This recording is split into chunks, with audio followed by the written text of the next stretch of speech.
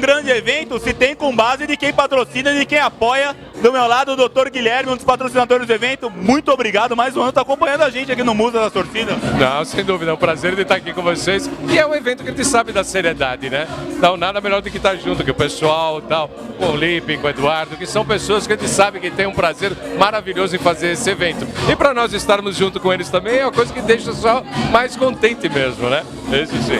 Doutor, me fala uma coisa, ano passado você estava no corpo de jurados lá na final da Easy.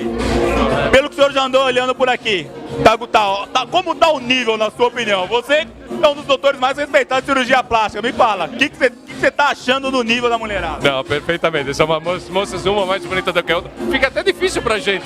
Fica até difícil. A minha parte é de estética, né? Então é uma clínica de estética feminina. Eu sou cirurgião dentista e possuo essa clínica. Então a gente tem um trabalho de ver corporal, facial e dental, que é uma coisa linda. E cada uma com um sorriso mais lindo do que a outra. E fora a parte corpórea delas, que são coisas maravilhosas. Então é uma concorrência difícil.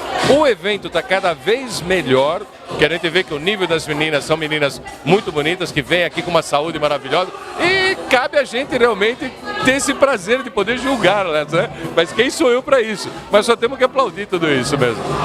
Maravilha! Por falar em sorriso bonito, o que não faltou aqui hoje foi sorrisos bonitos, né? Não, mas sem dúvida, mas coisa maravilhosa. E até do pessoal que está prestigiando, né? Porque uma festa dessa só dá alegria pra gente. Então isso sim que nós ficamos muito contentes.